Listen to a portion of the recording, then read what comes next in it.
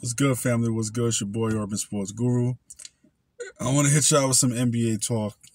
Now, I have purposely, and I'm going to state this for the record, purposely refrained from much of this season talking about the Lakers. If y'all have noticed, I haven't posted in a while. This is all by design. I have purposely refrained from talking about the Los Angeles Lakers. Why? Check my IG posts. From July, I believe it was July 28th.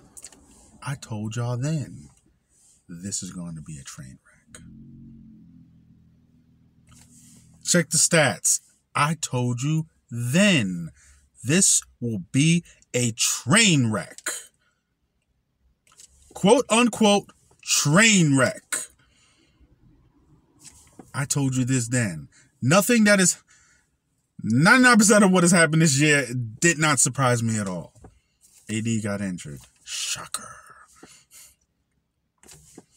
Shocker. LeBron, 19th season, he gets injured. Shocker. Russell Westbrook can't play with LeBron James. Shocker. Y'all motherfuckers are surprised. Not me. I never had a chance in hell of working. Never had a chance in hell of working. You got LeBron, who is ball dominant on top of being ball dominant and ball dominant. The biggest stat stuffer this league has ever seen. And then you have Russell Westbrook, who's also a stat stuffer. This is one of the things I hate about today's NBA. Everybody plays the same. Everybody plays the same. There's no real point guards. What they do is you take whoever is your lead guard, whoever is your best ball handler, you just put them at the point guard position, run high pick and rolls, and run high pick and rolls, put shooters, and he stat stuffs. This is essentially what happens now in today's NBA, because it's very playgroundy type of basketball. And I think LeBron James has been the initiator of this style of basketball. We all heard it called positionless basketball. And Russell Westbrook has benefited from this as well. Because, the way you got to love him, how hard he works, how hard he plays, never cheats the fans, the viewing public. But he's a stat stuffer. So you put two stat stuffers on the same team when neither one of them are great shooters. And one particular is a horrible shooter. Then on top of that, you put one of the best bigs in basketball on that team. And he's someone who, like I said in the IG post, cares about getting his rebounds. So if you got to put Russ with a big who's just going to, at the time, forgo getting his rebounds like Steven Adams used to do for him. Steven Adams will clear out the whole fucking side for Russ, so Russ can just come in and get the rebounds and pile up his numbers. Steven Adams will do that. That's his role. He got $100 million to do that. But Steven Adams ain't fucking Anthony Davis. Steven Adams is not motherfucking Anthony motherfucking Davis. Anthony Davis is a future Hall of Famer.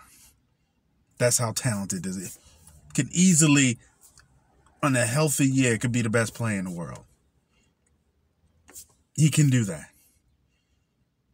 The only thing even quasi worked in Houston after they traded the center, because you needed the floor completely spread like that, because any kind of congestion, Russell Westbrook is fucked. Because he can't shoot worth a damn, and he's gotten worse and worse and worse as his career gone on. My issue with what has happened with LA is LeBron James has to have some culpability. And it's been a continuous thing. It's been a continuous thing with LeBron. Whenever something goes right, King James, give him all the power, da-da-da. When something's not going perfect, I didn't even say wrong. I said not going perfect. Then it's the finger pointing. Then there's no, you need to give me more. You need to give me more. Give me more. Give me more. As if you already don't have a super team. He did this in Cleveland. When he wanted them to trade for Carmelo Anthony on top of already having Kyrie and Kevin Love. When Charles Barkley asked him, damn, do you not want to compete? He did this before in Cleveland. And then you ask for this in LA. They give you what you wanted, and it makes it so bad this time around is that you had other options that were more viable. Buddy Hield would have been a much better running mate. DeMar DeRozan would have been a much better running mate. They could have had both of those guys, if not at least one of them. Seriously, they could have had both of those guys, if not at least one of them. You made the choice to pick Russ. Your voice did that. It was your voice. So everybody now, the LeBron slurpers, want to blame Rob Pelinka. Well, Rob Pelinka's the GM. It's his job. But when you don't confer with the biggest star in the game, and then it's like, oh, why you ain't confer with him? Why you ain't listen to him? He listened to him. Much like you see in football. Brian Gutekunst, he listened to Aaron Rodgers. He got you Randall Cobb. Let's see if Randall Cobb now can replace what Devontae Adams gave you. That ain't going to happen. So, I want this to be the end of the GOAT debate. I've said this repetitively on different subjects that I want the GOAT debate to end. I want this to be another reason why I want the GOAT debate to end. I'm sick of the GOAT debate. It was never a debate for me. There's nothing to talk about. When just simply asking this one very simple question.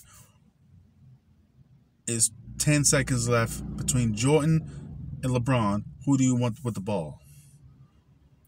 There's not a sound-minded person that's picking LeBron James in that situation. Everybody's picking Michael. If you pose that question, I'm taking Kobe too, over LeBron. There's quite a few I'm taking over LeBron, but LeBron is still in my top 5. The body of work kind of speaks for itself. Yes, he's a stat stuffer, but he's great. Beyond great. But King James, you need to hold this L. That's just my take. It's your boy, Urban Sports Guru. Let me know what you think. Let me know what you feel. I'm out. Salute.